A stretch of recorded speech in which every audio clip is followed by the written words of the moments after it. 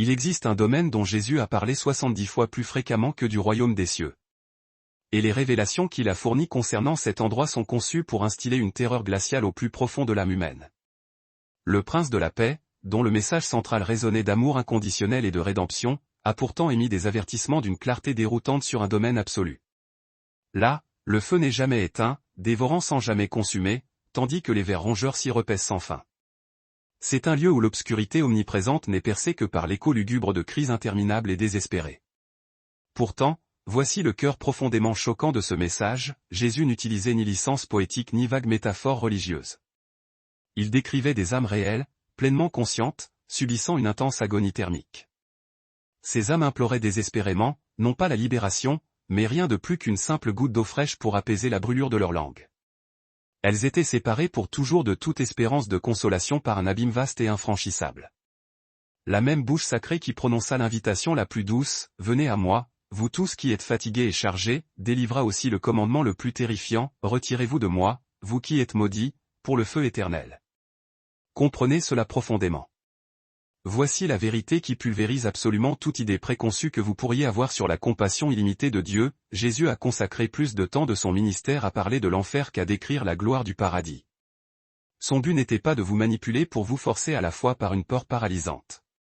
Son objectif était de vous préserver d'une réalité inéluctable, si absolument catastrophique et horrible qu'il a jugé que la seule voie d'action viable était d'endurer lui-même la mort la plus atroce, plutôt que de vous permettre d'en faire l'expérience. Saisir cette réalité transformera totalement votre façon de percevoir et de hiérarchiser chaque jour de votre existence terrestre. Bien avant que le charpentier de Nazareth n'énonce ces terrifiantes prophéties sur le feu qui ne consume pas mais tourmente seulement. Bien avant qu'il ne donne la description viscérale d'âmes conscientes suppliant pour une goutte d'humidité sur leur langue cloquée, il y avait une destination bien connue des anciens scribes d'Israël. Il désignait ce domaine des morts sous le nom de Sheol. Et les récits constants, souvent cryptiques, qu'ils enregistraient sur ce domaine souterrain obscur, établissaient le substrat théologique qui allait plus tard donner naissance à la révélation la plus glaçante de toute l'histoire humaine. Considérez cette universalité troublante. Chaque patriarche vénéré, chaque roi puissant, chaque prophète désigné par Dieu qui a marché en communion intime avec le Créateur croyait implicitement que sa destination finale après la mort était exactement le même endroit réservé aux hommes les plus notoirement pervers et dépravés qui aient jamais respiré. Les privilégiés financièrement et les pauvres démunis, les manifestement justes et les indéniablement malfaisants, tous se dirigeaient le long du même unique chemin descendant et obscur lorsque leur corps mortel finissait par les trahir et les abandonner. Genèse 37, 35 immortalise les mots désolés d'un père consumé par le chagrin. Lorsque Jacob, l'homme dont le nom avait été changé en Israël après avoir lutté avec le divin, fut convaincu que son fils bien-aimé Joseph avait été brutalement déchiqueté par des prédateurs sauvages, il fit une déclaration qui révèle clairement l'attente partagée de toute âme humaine concernant l'au-delà. Il déclara « Je descendrai vers mon fils, en deuil, au Sheol ». Relisez cette affirmation et absorbez le poids de son implication. Cette figure fondamentale de la foi, qui avait littéralement rencontré Dieu face à face et reçu des promesses divines immuables, s'attendait pleinement à descendre dans la région précise où il présumait que le corps mutilé et en décomposition de son fils gisait. Sheol, ce terme hébreu apparaît 65 fois dans tout le canon de l'Ancien Testament. Il n'était pas traité comme une métaphore spiritualisée. Il n'était pas considéré comme un morceau de poésie dramatique. Il était compris comme la destination non négociable. Job, l'homme que Dieu lui-même avait distingué et publiquement loué comme étant parfaitement juste, décrivit le même lieu en utilisant un langage si brut qu'il devrait vous glacer le sang. Job 14h13 enregistre sa prière angoissée et désespérée, « Oh, si seulement tu voulais me cacher dans le Sheol, me dissimuler jusqu'à ce que ta colère brûlante soit complètement passée. » Prenez un moment pour comprendre pleinement l'énormité de la requête de Job. Il était si complètement paralysé par la peur de la colère immédiate et écrasante de Dieu qu'il a littéralement supplié d'être caché et enterré dans le royaume des morts, demandant essentiellement à être enfermé jusqu'à ce que la fureur divine se soit épuisée. Même l'obscurité du Sheol, la sépulture commune de toute l'humanité, semblait un refuge temporaire plus sûr que d'affronter directement une divinité courroucée tout en respirant encore. Mais voici le détail qui démolit tout ce que vous pensiez comprendre de la mort dans le monde hébraïque antique. Le Sheol n'était ni vide, ni un état d'oubli inconscient. Ésaïe 14, 9-10 dépeint graphiquement ce qui se produit lorsque le roi impitoyable de Babylone rencontre enfin sa fin. Le Sheol d'en bas s'émeut pour toi, afin de venir à ta rencontre. Il réveille pour toi les ombres, tous ceux qui étaient les chefs de la terre. Il fait lever de leur trône tous ceux qui étaient les rois des nations. Tous, ils prendront la parole et te diront, toi aussi, tu es devenu aussi faible que nous, tu es devenu comme nous. Méditez sur cette scène. Les rois décédés depuis longtemps résidant au Sheol étaient manifestement conscients. Ils possédaient la capacité d'articuler la parole. Ils reconnaissaient et identifiaient les nouveaux arrivants. Ils se moquaient sans pitié du roi vivant qui, tout au long de sa vie, s'était considéré comme invincible, alors qu'il les rejoignait désormais dans leur état partagé d'impuissance absolue. C'était loin d'être un sommeil paisible et réparateur. C'était une forme d'existence spectrale, où toute autorité et tout prestige terrestre fondaient instantanément en néant, réduits à de vaines réminiscences. Les psaumes dévoilent des spécificités encore plus profondément dérangeantes. Psaume 88, 10-12 pose une série de questions rhétoriques obsédantes concernant spécifiquement le Sheol. Fais-tu des merveilles pour les morts? Les ombres se lèvent-elles pour te louer? Ton amour inébranlable est-il déclaré dans la tombe, ou ta fidélité dans le lieu de la destruction? Tes merveilles sont-elles connues dans l'obscurité, ou ta justice dans le pays de l'oubli? La réponse théologique non ambiguë fournie par les anciens rédacteurs était un « non » retentissant. Le Sheol était caractérisé comme un domaine de silence, un royaume de profond oubli spirituel, un lieu de séparation radicale de la présence réconfortante et de la faveur active de Dieu. Pourtant, il y eut des moments dans l'Écriture qui donnèrent des aperçus du véritable potentiel de terreur du Sheol. Nombre 16h30 relate le sort effrayant qui s'abattit sur Corée et ses partisans rebelles lorsqu'ils défièrent directement l'autorité de Moïse. Moïse déclara, « Mais si l'Éternel crée quelque chose d'entièrement nouveau, et que la terre ouvre sa bouche et les engloutit avec tout ce qui leur appartient, et qu'ils descendent vivants au Sheol, alors vous saurez que ces hommes ont méprisé l'Éternel avec dédain. » La terre, par intervention divine, se fendit largement. Elle les engloutit entiers, vivants. Ils descendirent au Sheol alors que leur cœur continuait de battre, leurs poumons tiraient encore des respirations désespérées et leurs esprits conscients traitaient frénétiquement leur destin inéluctable. Essayez d'imaginer le son de leurs cris prolongés tandis que l'énorme fissure dans le sol se refermait violemment au-dessus d'eux. Imaginez le silence absolu et contre nature qui s'ensuivit. Ils avaient plongé pleinement conscients et corporels dans le royaume des morts, et il n'y avait absolument aucune possibilité de retour.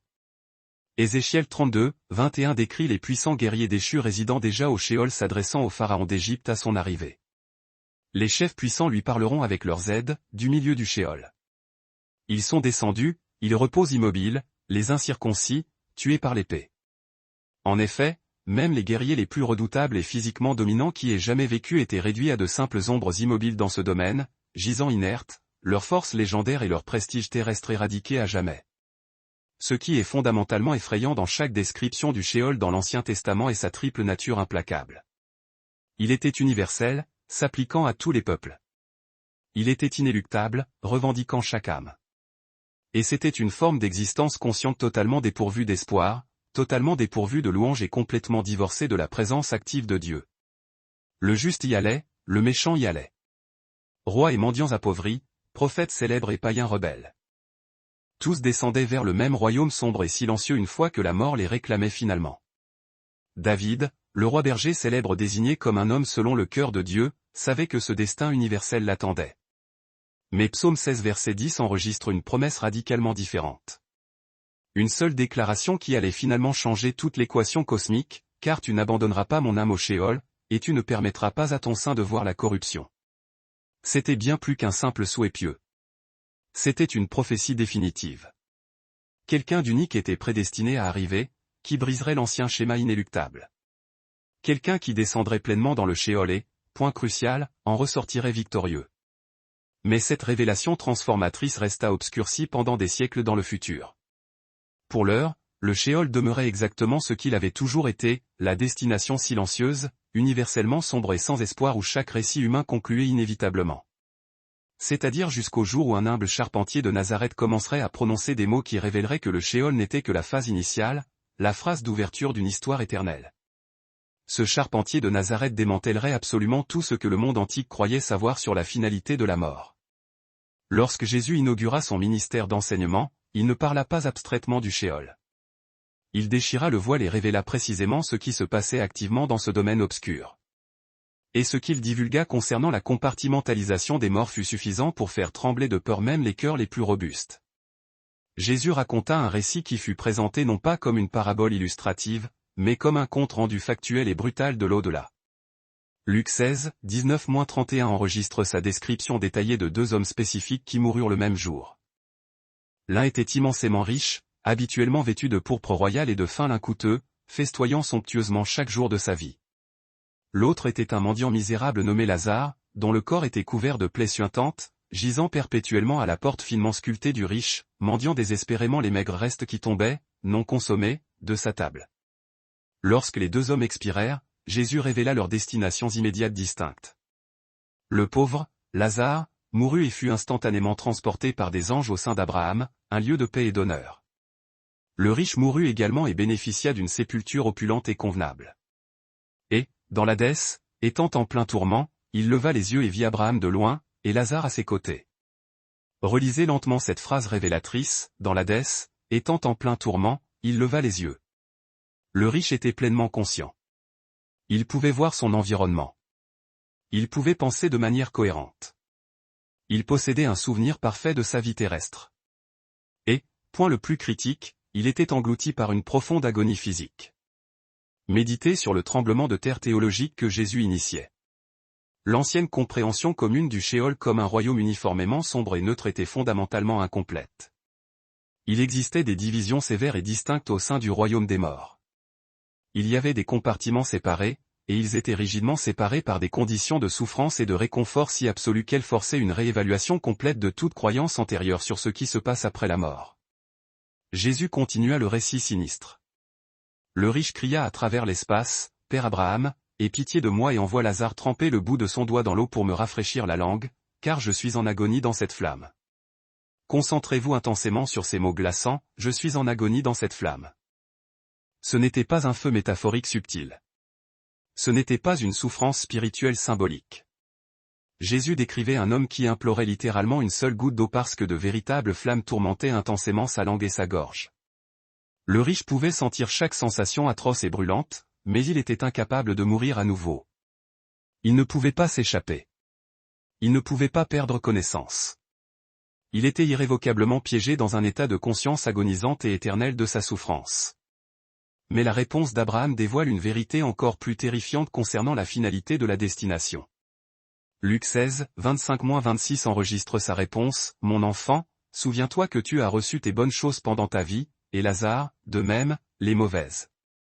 Mais maintenant, il est consolé ici, et toi, tu es dans l'angoisse. Et, en plus de tout cela, entre nous et vous, un grand abîme a été fixé, afin que ceux qui voudraient passer d'ici vers vous ne le puissent, et que personne ne puisse traverser de là vers nous. Un grand abîme a été fixé. » Analysez méticuleusement ce décret.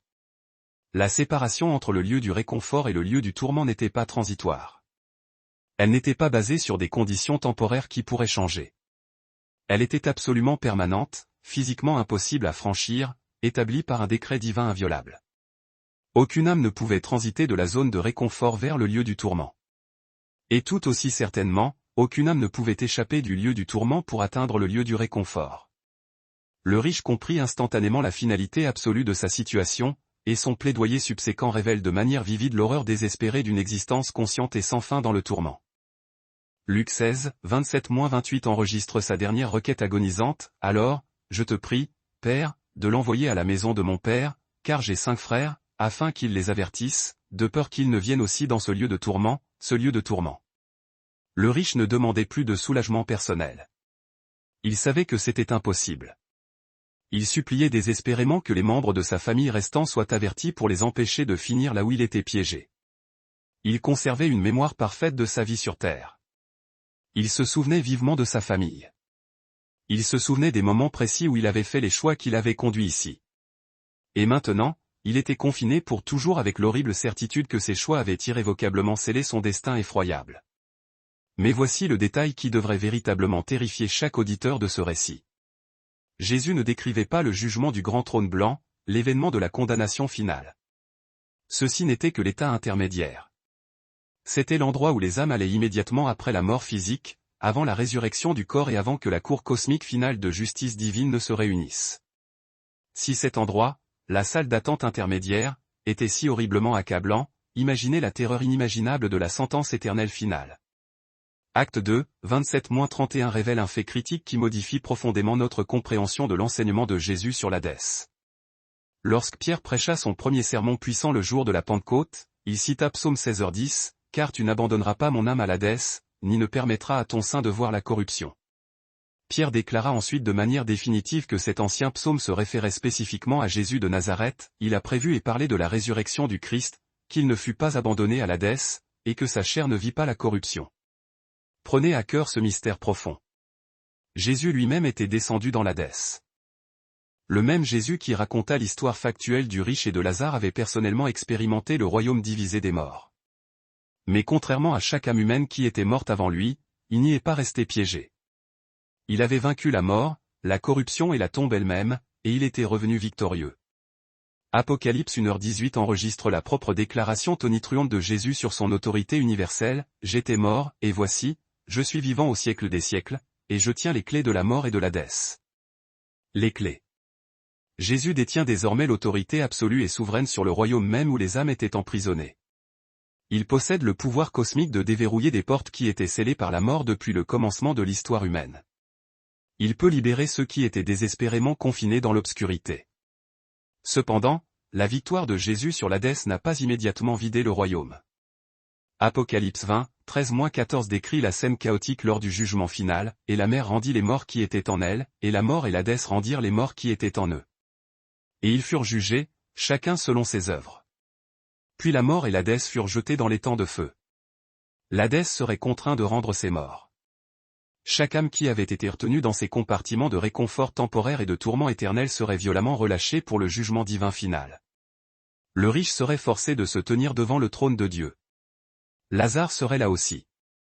Chaque âme qui avait jamais vécu ferait face à la cour ultime et sans appel. Et ensuite, l'Hadès lui-même, la prison temporaire, serait anéantie, jetée dans l'étang de feu. La souffrance intermédiaire céderait la place à quelque chose d'infiniment pire pour ceux dont les noms ne se trouvaient pas indélébilement inscrits dans le livre de vie. Jésus avait révélé sans équivoque que la mort n'est pas la cessation de la conscience. Ce n'est absolument pas un sommeil paisible et sans rêve.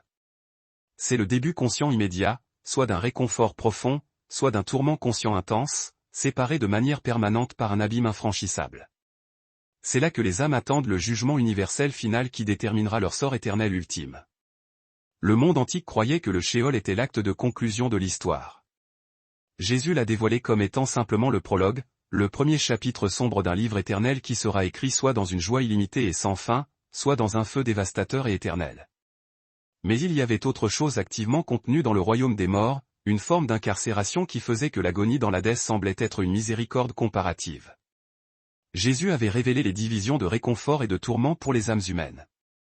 Mais même sous le côté tourmenté, il y avait d'autres prisonniers dans un abîme encore plus profond. C'étaient des êtres spirituels déchus, ayant autrefois se tenu dans la présence radieuse et sans voile du Dieu Tout-Puissant, qui étaient maintenant enchaînés dans une obscurité lugubre si profonde qu'elle faisait apparaître les flammes tourmentant le riche comme la faible lueur vacillante d'une bougie. 2 Pierre 2h4 décrit le sort horrifiant qui s'abattit sur ces anges désobéissants et rebelles. Car si Dieu n'a pas épargné les anges lorsqu'ils ont péché, mais les a jetés en enfer et les a livrés à des chaînes de ténèbres lugubres pour être gardés jusqu'au jugement. Le mot spécifique que Pierre utilise ici pour l'enfer n'est pas Hadès. C'est Tartare, une prison primordiale si absolument profonde, si profondément éloignée de toute possibilité d'espoir ou de lumière, qu'elle existe même sous les compartiments de souffrance du royaume où les âmes humaines attendent leur sentence. Ponders l'immense poids théologique de ce fait. Ce n'étaient pas des êtres humains qui avaient succombé à la faiblesse et fait de mauvais choix au cours d'une vie finie sur terre. C'étaient de formidables êtres spirituels purs qui avaient résidé en présence directe et non médiatisée du Créateur Tout-Puissant. Ils avaient été témoins de sa gloire sans aucun voile terrestre. Ils avaient participé au culte autour de son trône même. Ils possédaient une connaissance parfaite de la sainteté, une compréhension parfaite de l'amour et une appréhension parfaite de la justice. Et pourtant, ils avaient délibérément choisi la voie de la rébellion totale. Jude 6 révèle plus de détails sur leurs crimes catastrophiques, et les anges qui n'ont pas gardé leur propre position d'autorité, mais ont quitté leur demeure appropriée, il les a gardés dans des chaînes éternelles sous une obscurité lugubre jusqu'au jugement du grand jour. Ils ont délibérément quitté leur demeure propre. Ils ont volontairement abandonné leur position céleste assignée au ciel. Ils ont choisi de descendre vers la terre physique et de commettre des actes de péché si flagrants, si horribles, que la réponse de Dieu fut un emprisonnement immédiat, définitif et absolu. Genèse 6, 1-4 offre des indices critiques sur la nature de la dépravation commise par ces anges. Lorsque les hommes commencèrent à se multiplier sur la face de la terre, et que des filles leur naquirent, les fils de Dieu virent que les filles des hommes étaient belles, et ils prirent pour femmes toutes celles qu'ils choisirent. Les fils de Dieu, les anges, brisèrent la frontière inviolable entre le royaume spirituel et le royaume physique. Ils cherchèrent à corrompre les lignées humaines. Ils produisirent une progéniture hybride que le texte appelle les Néphilim, des géants qui remplirent rapidement la terre d'une violence et d'une anarchie inimaginables. Représentez-vous l'horreur pure de cette violation. Des anges, des êtres d'esprit purs et incorporels, prirent intentionnellement une forme matérielle physique et violèrent des femmes humaines. Ils corrompirent la création de Dieu au niveau génétique le plus profond. Ils donnèrent naissance à une race hybride monstrueuse qui menaçait de détruire la pureté même de la lignée humaine par laquelle le Messie tant promis devrait inéluctablement descendre. Et la réponse de Dieu fut immédiate, totale et terrifiante. Il ne leur accorda aucun délai pour la repentance. Il ne manifesta aucune miséricorde. Il ne présenta aucun plan pour leur rédemption potentielle.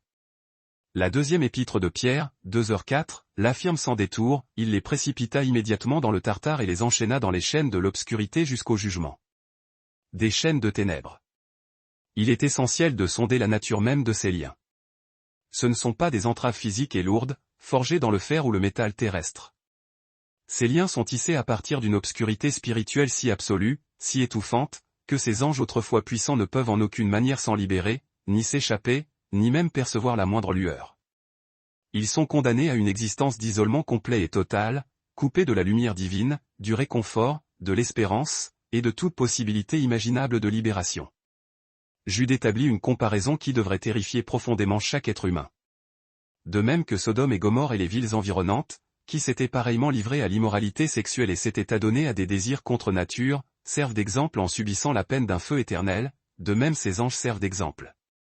Ces créatures célestes déchues sont destinées à être une démonstration effroyable. Leur destin irrévocable prouve de manière dramatique ce qui arrive lorsque de puissants êtres créés se rebellent sciemment contre leur Créateur divin. Mais voici ce qui rend leur châtiment exponentiellement plus horrible. Contrairement aux humains qui meurent et vont au séjour des morts, Hadès, pour attendre le jugement final, ces anges ont déjà été emprisonnés, conscients et souffrants, depuis des millénaires. Ils sont restés lucidement conscients dans ces ténèbres abyssales, même avant le grand déluge de Noé. Ils connaissent leur chaîne, leur isolement, et leur désespoir écrasant depuis des milliers d'années. Et ils savent, avec une certitude glaciale, que lorsque le jugement final arrivera inéluctablement, leur situation ne fera que s'intensifier et empirer. Pierre utilise leur terrible exemple comme un avertissement solennel adressé aux humains concernant les conséquences de la rébellion contre un Dieu saint. Si Dieu a refusé d'épargner des anges qui avaient péché, des êtres qui avaient vécu dans sa présence immédiate et qui avaient connu sa gloire de première main, quelle illusion peut bien pousser les humains à croire qu'ils peuvent se rebeller contre son autorité et échapper d'une manière ou d'une autre à un châtiment proportionnel.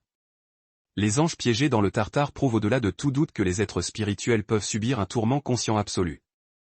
Ils prouvent que la justice parfaite de Dieu s'étend à toute entité créée qui choisit de rejeter son autorité suprême. Ils prouvent qu'il n'existe aucun plan de rédemption disponible pour ceux qui pêchent au-delà de certaines limites théologiques définies.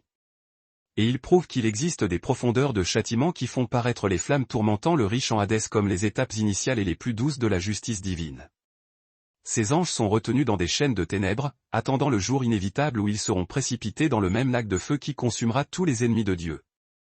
Leur prison située sous l'Hadès n'était qu'une préparation à une éternité dans des flammes qui n'auront pas de fin. Pourtant, ces anges spécifiques enchaînés dans les ténèbres profondes sous l'Hadès n'étaient que le point de départ des révélations révolutionnaires de Jésus concernant le châtiment éternel. Lorsqu'il parcourait les chemins poussiéreux et brûlés par le soleil de Palestine, parlant à des foules massives suspendues à chacune de ses syllabes, il utilisait constamment une image spécifique qui aurait dû glacer le sang de ses auditeurs. Il parlait de la géhenne, et chaque personne qui entendait ce mot savait précisément quelles horreurs spécifiques ce nom représentait. Juste à l'extérieur des grandes murailles de Jérusalem se trouvait une vallée désolée et maudite qui avait été le théâtre d'un mal primaire inqualifiable. C'était la vallée de Hinnom, qui, une fois traduite en grec, devint la géhenne. Cette vallée avait autrefois résonné des cris angoissés d'enfants hébreux brûlés vifs comme offrande sacrificielle au culte démoniaque de Moloch. 2 Rois 23h10 rapporte ce que le roi juste Josia découvrit et mit en œuvre lorsqu'il institua une réforme religieuse radicale en Juda, et il souilla Tophet, qui est dans la vallée du fils de Hinnom, afin que personne ne fît passer son fils ou sa fille par le feu pour Moloch. Méditez sur la tragédie inimaginable qui s'était déroulée dans cette vallée. Des parents hébreux, poussés par un désespoir écrasant ou une profonde illusion démoniaque, avaient amené leurs propres nourrissons et enfants à des autels construits en bronze et en fer, chauffés intensément à blanc par des feux continus. Ils avaient déposé leurs fils et leurs filles dans les bras métalliques brûlants de ces idoles monstrueuses et écouté leurs cris prolongés jusqu'à ce que les lamentations soient définitivement réduites au silence par le feu. La vallée avait littéralement bu le sang innocent des enfants et s'était saturée de la fumée âcre de la chair humaine en combustion. Le roi Josia réussit à mettre fin au sacrifice, mais il ne fit aucune tentative pour purifier ou sanctifier la vallée. Au lieu de cela, il fit un choix délibéré qui révéla son dégoût absolu pour ce qui s'y était produit. Il la désigna comme la décharge permanente de Jérusalem. L'endroit où les enfants avaient été brutalement assassinés devint la zone où tous les déchets de la ville étaient violemment jetés. Animaux morts collectés, excréments humains, corps en décomposition de criminels non enterrés, et les vastes feux d'élimination ne cessaient jamais de brûler. Visualisez cet endroit précis tel qu'il existait pendant le ministère de Jésus. Une épaisse fumée noire s'élevant constamment des monticules immenses de détritus en feu et de chair en putréfaction perpétuelle. La puanteur nauséabonde de la décomposition se mêlant violemment à l'odeur âcre et piquante du soufre et des ordures qui couvaient. Des asticots et des vers se nourrissant sans relâche des cadavres partiellement consumés que les flammes n'avaient pas encore entièrement incinérés. Des meutes de chiens sauvages se disputant violemment des restes au milieu des tas fumants et incandescents. Le sol même était considéré comme absolument maudit, contaminé de manière permanente par le sang innocent qui s'était infiltré dans la terre des générations auparavant. C'était l'image terrifiante et viscérale que Jésus a délibérément choisie lorsqu'il voulait articuler le destin ultime des méchants. Matthieu 5h22 rapporte son avertissement sans ambiguïté concernant la colère incontrôlée. Mais moi, je vous dis que quiconque se met en colère contre son frère sera passible du jugement. Quiconque insulte son frère sera passible du Sanhédrin, et quiconque lui dit insensé sera passible de la fournaise de la géhenne. Le terme précis que Jésus utilisa pour désigner l'enfer était géhenne. Il déclarait qu'une simple colère injuste laissée sans contrôle possédait le pouvoir de condamner quelqu'un à une destination exactement comme cette vallée en feu, à la seule différence que cette version serait éternelle, absolument consciente et totalement inéluctable. Mais Jésus ne s'est pas arrêté à de simples avertissements émotionnels. Il est devenu brutalement spécifique et a exigé une action radicale concernant ce que les gens devraient être prêts à sacrifier pour éviter la géhenne. Matthieu 5, 29-30 rapporte son conseil choquant et extrême. Si ton œil droit te fait pécher, arrache-le et jette-le loin de toi, car il vaut mieux pour toi que tu perdes un seul de tes membres plutôt que ton corps entier soit jeté dans la géhenne. Et si ta main droite te fait pécher, coupe-la et jette-la loin de toi, car il vaut mieux pour toi que tu perdes un seul de tes membres plutôt que ton corps entier aille dans la géhenne. Relisez cette exigence, en absorbant lentement son intensité littérale. Jésus a déclaré explicitement qu'il serait de loin préférable de s'aveugler intentionnellement, de se sectionner délibérément la main, plutôt que de voir son corps conscient tout entier, chaque cellule et terminaison nerveuse précipitée dans le tourment éternellement brûlant de la géhenne. Le corps jeté dans la géhenne. Il ne parlait pas seulement en termes spirituels, employant une métaphore pour la décadence morale ou la séparation céleste. Il décrivait une réalité physique crue, une automutilation physique douloureuse était le choix le plus rationnel, le moindre mal, comparé à la destination finale terrifiante qu'il détaillait. Pourquoi le prince de la paix prononcera-t-il un décret aussi effroyable ? En raison de la vérité choquante qu'il révéla sur la géhenne dans Marc 9, 43-48. En abordant la propension de la main à causer le péché, Christ déclara : Il est bien préférable pour toi d'entrer dans la vie éternelle estropié, mutilé, que de conserver deux mains pour être jeté dans la géhenne, dans le feu qui ne s'éteint pas. Et concernant le pied qui conduit à la transgression, il ordonna : Si ton pied te fait trébucher dans le péché, coupe-le. Il est préférable d'entrer dans la vie en boitant, estropié, que de posséder deux pieds pour être traîné et jeté dans la géhenne. Enfin, concernant l'œil, la fenêtre de la tentation, il insista. Si ton œil te fait pécher, arrache-le violemment. Il est préférable d'entrer dans le royaume de Dieu avec un seul œil que d'avoir deux yeux intacts pour être jeté dans la géhenne, où leur ver ne meurt point et où le feu ne s'éteint point. Où leur ver ne meurt point et où le feu ne s'éteint point.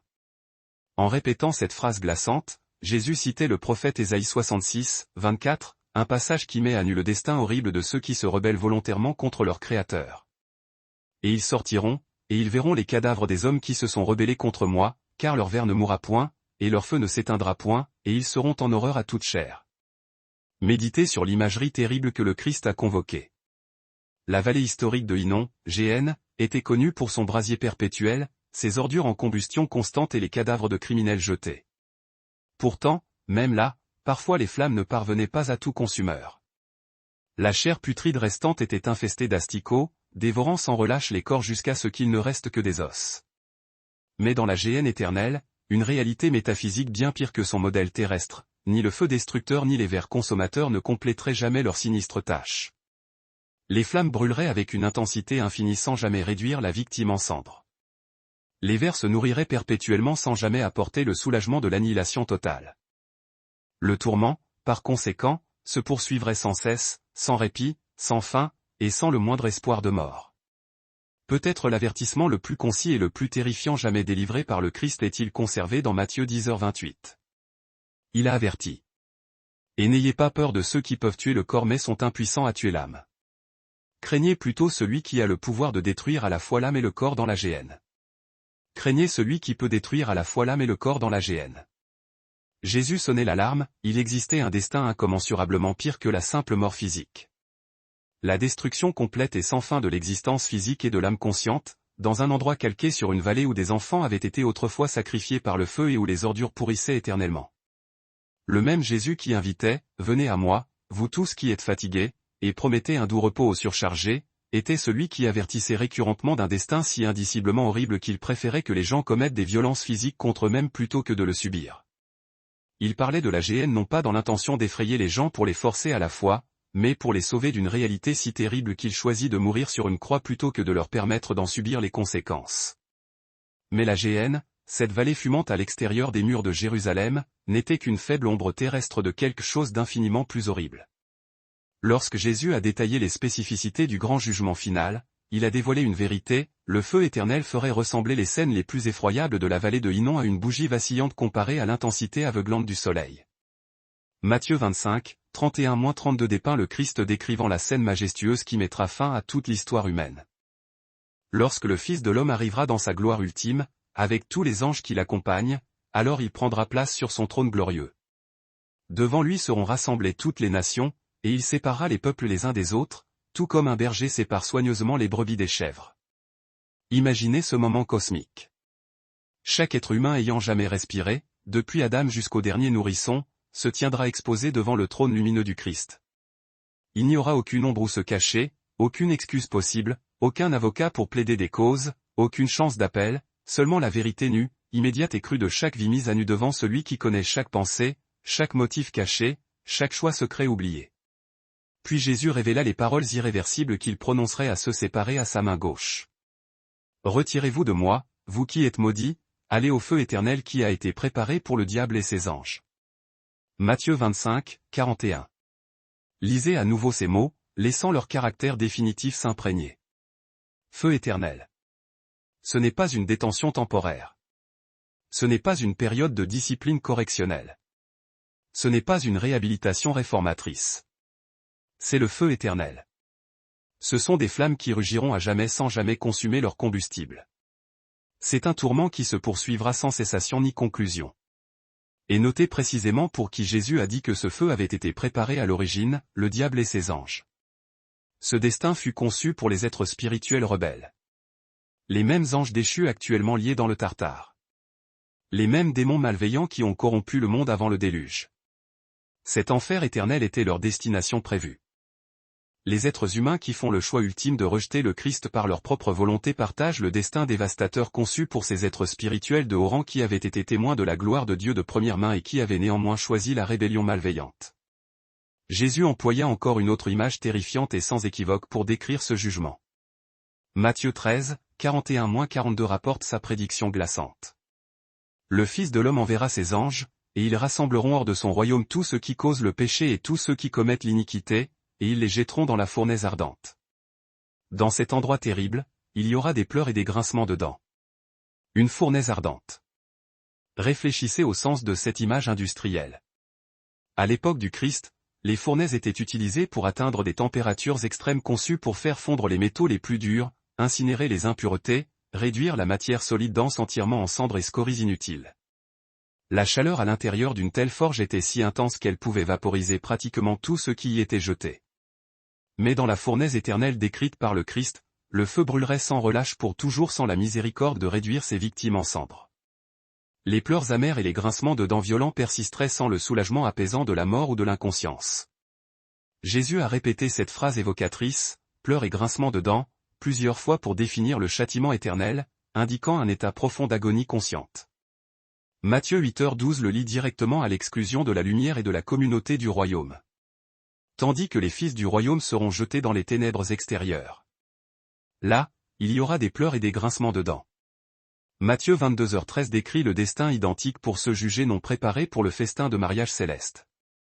Alors le roi donna instruction aux serviteurs, liez le pied et mains, et jetez-le dans les ténèbres extérieures. Là, il y aura des pleurs et des grincements de dents. Pleurs et grincements de dents. Les pleurs dénotent l'agonie émotionnelle profonde. Le chagrin accablant, le regret suffocant, le désespoir total de la réalisation écrasante que chaque opportunité de sauvetage et de salut a été à jamais perdue. Mais le grincement de dents révèle un élément psychologique encore plus perturbant que la tristesse. Ce n'est pas une simple affliction. C'est une rage explosive et pure. C'est la fureur impuissante de ceux qui sont en colère contre Dieu pour sa justice, en colère contre eux-mêmes pour leurs choix insensés, en colère contre leurs circonstances immuables, grinçant des dents dans une haine stérile pendant que les flammes les consument éternellement. Méditez sur cette terrible vérité. Même au milieu du châtiment éternel, même en endurant un tourment conscient et implacable, les méchants ne se repentent pas soudainement. Ils ne s'humilient pas devant le trône. Ils ne crient pas grâce. Au lieu de cela, ils grincent des dents dans une fureur aveugle contre le Dieu même qui exécute justement un jugement sur leur rébellion persistante. Mais voici l'indice linguistique le plus terrifiant concernant l'enseignement de Jésus sur le feu éternel. Il a utilisé le même mot éternel pour décrire à la fois le châtiment sans fin et la vie sans fin. Matthieu 25, 46 rapporte son verdict final et définitif. Et ceux-ci iront au châtiment éternel, mais les justes à la vie éternelle. Le même mot grec fondamental, *aionio*, définit la durée des deux destinées. Si la vie éternelle persiste à jamais, alors par une nécessité linguistique inéluctable, le châtiment éternel doit aussi persister à jamais. Si la joie du ciel est sans fin, alors le tourment de l'enfer est sans fin.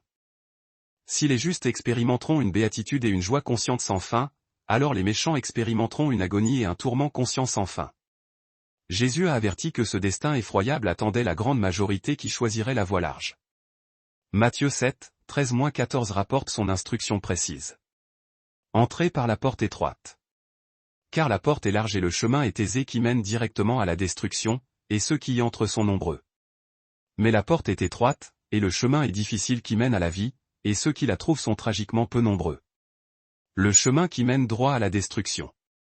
La plupart des gens, le Christ l'a confirmé avec tristesse, choisiraient le chemin facile et peu exigeant qui se termine inéluctablement dans le feu éternel. Ils rejetteraient la porte étroite, éviteraient le chemin ardu du discipulat, et marcheraient droit vers la fournaise préparée à l'origine pour le diable et ses légions. Matthieu 13, 49-50 décrit la moisson finale irréversible. Il en sera ainsi à la fin de l'âge. Les anges sortiront et sépareront les méchants des justes, et les jetteront dans la fournaise ardente. Là, il y aura des pleurs et des grincements de dents. Aucune seconde chance ne sera offerte. Aucune cour d'appel ne sera convoquée. Aucun sursis ne sera accordé. Les anges exécuteront la séparation finale du mal et du juste et jetteront le premier dans le feu qui brûle à jamais. Jésus a parlé de l'enfer plus fréquemment qu'il n'a parlé du ciel. Il a décrit le feu éternel avec plus de détails qu'il n'a décrit la vie éternelle. La même bouche divine qui promettait tendrement, « Venez à moi, vous tous qui êtes fatigués et chargés, et je vous donnerai sûrement du repos », tenait également l'avertissement, « Retirez-vous de moi, vous maudits, allez au feu éternel ». Pourquoi le prince de la paix a-t-il consacré tant de temps à parler du tourment éternel? Parce qu'il aimait l'humanité trop profondément pour leur permettre de trébucher aveuglément et sans le savoir vers une fournaise qui les consumerait pour toujours. Il a méticuleusement décrit l'enfer avec des détails vifs et inéluctables, non pour induire la foi par la terreur, mais pour sauver les gens d'une réalité si horrible qu'ils préféreraient endurer la mort sur une croix plutôt que de les laisser la subir. Pourtant, même ces avertissements concernant le feu éternel n'étaient pas la conclusion ultime de l'histoire. Jésus était sur le point de révéler une destination finale qui ferait paraître tout ce qu'il avait détaillé sur la géhenne et ses flammes éternelles comme étant simplement le chapitre d'introduction d'un livre encore plus terrifiant et complet. Cette destination finale et permanente que le Christ avait subtilement évoquée fut révélée à travers un récit qui, de manière unique, n'était pas simplement une parabole. Lorsqu'il parla du riche et de Lazare, il utilisa des noms réels, présenta des détails concrets et spécifiques, et offrit des descriptions qui forçaient ses auditeurs à réaliser qu'il n'était pas en train de tisser un conte fictif. Il levait impitoyablement le voile sur ce qui se passe réellement à l'instant même après la mort. Luc 16, 19-20 commence le récit faisant autorité. Il y avait un certain homme riche qui s'habillait habituellement de pourpre royale et de lin le plus fin, et qui festoyait somptueusement et fastueusement chaque jour. Et à sa porte magnifique était couché un pauvre homme nommé Lazare, entièrement couvert de plaies douloureuses, qui désirait désespérément être nourri des miettes et des restes qui tombaient de la table débordante du riche. De plus, même les chiens sauvages venaient et léchaient ses plaies. Imaginez cette scène déchirante. Chaque jour, le riche revêtait des vêtements teints en pourpre, une couleur dont le coût dépassait les revenus annuels de la plupart des travailleurs. Il portait du lin fin importé d'Égypte, un tissu plus doux et plus luxueux que n'importe quel soie. Sa table gémissait sous le poids des mets exquis et des provisions sans fin. Pourtant, juste à l'extérieur de son immense portail, assez près pour qu'il ait à le voir chaque fois qu'il entrait ou sortait de son domaine somptueux, gisait un homme dont le nom, Lazare, signifiait ironiquement « Dieu aide ». Mais Lazare recevait peu d'aide terrestre. Son corps était une carte de plaies ouvertes, purulente et douloureuse qui attirait des meutes de chiens sauvages, des charognards. Il était si tragiquement faible qu'il ne pouvait même pas rassembler la force de chasser les chiens alors qu'il léchait ses blessures. Il aurait été immensément reconnaissant pour les moindres miettes, les misérables rebuts qui tombaient de la table débordante du riche. Ces morceaux de pain, que les convives opulents utilisaient avec une désinvolture méprisante pour essuyer leurs mains alourdies de graisse avant de les jeter au sol, destinés à être balayés par les serviteurs comme de vulgaires ordures. Le riche voyait cette souffrance écrasante, ce supplice quotidien. Il enjambait littéralement cette épave humaine faite de pauvreté chronique, de maladies purulentes et de désespoir absolu. Chaque fois qu'il sortait pour ses affaires lucratives ou pour s'adonner à ses innombrables plaisirs, Lazare n'était pas relégué dans quelque taudis lointain et oublié. Il gisait là, impossible à ignorer, un rappel vivant, haletant et purulent de la misère humaine, posté juste sur le seuil de l'abondance. Puis, les deux hommes moururent, peut-être même au cours de la même journée. Luc 16h22 décrit les aboutissements contrastés. Le pauvre mourut et fut immédiatement emporté par les anges auprès d'Abraham, signifiant le lieu du réconfort, de l'honneur et de la bénédiction suprême. Le riche, lui aussi, mourut et fut enseveli. Remarquez le contraste stupéfiant. Lazare meurt et il est instantanément, cérémonieusement transporté par des êtres célestes auprès d'Abraham. Le riche meurt et il est enterré. Sa dépouille reçut des rites funéraires en bonne et due forme, impliquant probablement un mausolée d'un coût exorbitant, des pleureuses professionnelles et des cérémonies fastueuses dignes de son rang. Mais c'est tout ce que l'Écriture mentionne de sa disparition physique. Pas d'ange, pas de réconfort, pas d'honneur. Alors Jésus révéla ce que le riche expérimenta à l'instant même où sa somptueuse cérémonie funéraire terrestre se termina. Et dans le séjour des morts, Hadès, étant en proie au tourment, il leva les yeux et vit Abraham de loin, et Lazare reposant à ses côtés. Astérisque dans le séjour des morts, Hadès, étant en proie au tourment, il leva les yeux. Astérisque relisait lentement cette expression. Le riche était pleinement conscient. Il pouvait voir clairement. Il pouvait penser de manière cohérente. Il pouvait ressentir intensément. Et il était déjà plongé dans une immédiate et brûlante agonie. Ce n'était pas le sommeil pacifique et euphémistique souvent associé à la mort. Ce n'était pas un néant inconscient. C'était une souffrance viscérale, consciente et instantanée qui commença à la seconde même où sa vie terrestre cessa. Mais ce qu'il vit de l'autre côté du gouffre ne fit qu'aggraver son tourment. Par-delà un abîme immense et infranchissable, il pouvait voir Lazare, l'homme même dont il avait ignoré la souffrance avec tant de cruauté chaque jour de sa vie. Maintenant, Lazare se reposait dans un confort absolu, à côté du père Abraham lui-même. Le mendiant qui avait soupiré après de simples miettes était désormais honoré au festin céleste. L'homme dont les plaies étaient léchées par des chiens errants occupait maintenant la place de la plus haute bénédiction et d'une paix éternelle. Luc 16h24 rapporte le cri frénétique et désespéré du riche, « Père Abraham, aie pitié de moi et envoie Lazare tremper le bout de son doigt dans l'eau pour me rafraîchir la langue, car je suis dans l'angoisse dans cette flamme dévorante. » Réfléchissez à ce que cela révèle sur l'au-delà. Le riche était littéralement en train de brûler. Un véritable feu tourmentait sa langue et sa gorge. Il pouvait ressentir chaque terrible sensation de chaleur, de combustion, d'une soif inextinguible et affolante. Pourtant, il ne pouvait pas mourir à nouveau. Il ne pouvait pas perdre connaissance. Il ne pouvait pas échapper à cette sensation, et sa requête dérisoire, une seule goutte d'eau du doigt de l'homme qu'il avait méprisé et négligé durant sa vie, révélait la profondeur de son désespoir le plus total. Mais la réponse d'Abraham, dans Luc 16, 25-26, révèle la nature horrifiante et permanente de la terrible situation du riche. Abraham dit, « Mon enfant, souviens-toi que tu as reçu tes bonnes choses pendant ta vie, et Lazare, de même, les mauvaises. Mais maintenant, il est consolé ici, et toi, tu es dans l'angoisse. Et, par-dessus tout cela, un grand abîme a été fixé entre nous et vous, afin que ceux qui voudraient passer d'ici vers vous ne le puissent pas, et qu'aucun ne puisse traverser de là vers nous. » Astérisque, un grand abîme a été fixé. Astérisque, le mot traduit par « fixé » implique qu'il a été établi de manière permanente, mis en place par un décret divin immuable, inébranlable et éternel. Aucun être ne pouvait passer du réconfort au tourment. Aucune âme ne pouvait traverser du tourment au réconfort. La séparation était absolue, totale et irréversible. Mais notez ce qu'Abraham a souligné en premier, « Mon enfant, souviens-toi ».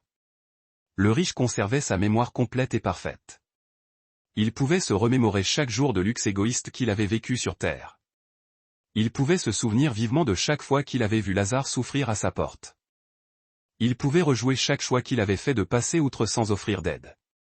Il pouvait se souvenir de chaque opportunité qu'il avait cavalièrement gâchée de faire preuve de miséricorde, de partager son immense abondance, de reconnaître la simple humanité de l'homme mourant devant sa porte.